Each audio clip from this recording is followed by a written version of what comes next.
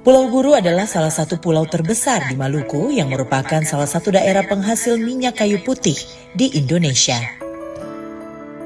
Pohon kayu putih yang tumbuh secara alamiah ini diyakini menghasilkan minyak dengan tingkat kemurnian tinggi dan mengandung komponen utama, yaitu sineol sekitar 65-75%. Mayoritas penduduk Indonesia menyukai produk alami seperti minyak kayu putih, balsam, dan produk herbal lainnya. Indonesia pun terus menunjukkan tren peningkatan dalam 5 tahun terakhir, seperti pada gambar berikut.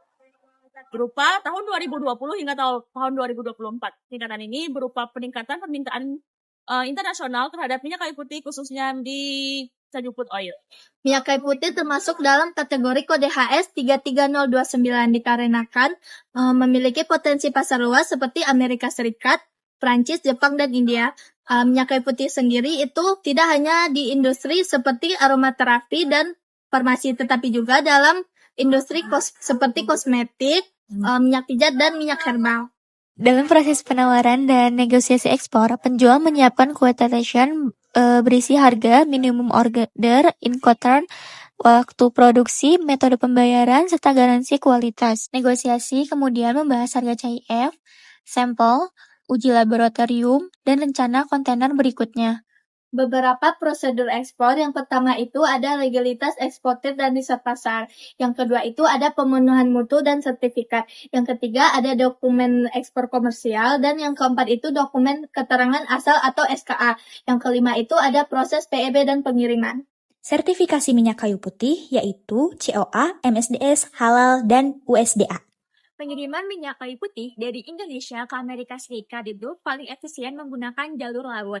Alasannya karena pengiriman pada jalur laut ini bisa dengan skala pengiriman volume yang besar dan juga biaya yang lebih rendah, serta sudah adanya sesuai dengan keamanan standar internasional. Kayu putih dikemas dalam kontainer, kemudian diangkut menuju pelabuhan. Dengan bantuan kren, kontainer dinaikkan ke atas kapal untuk proses pengiriman. Sistem ini memastikan kayu putih tiba di tujuan dengan aman dan efisien.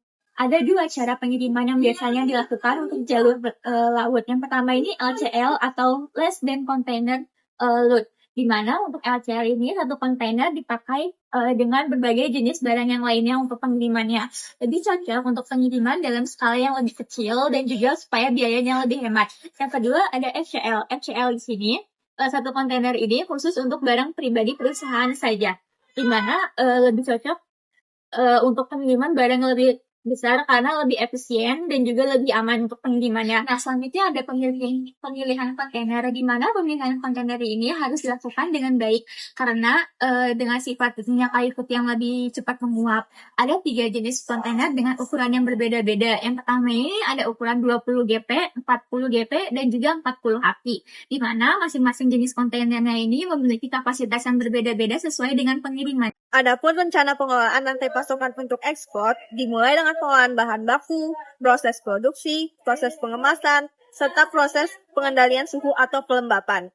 Saat melakukan ekspor, terdapat berbagai tantangan dan hambatan.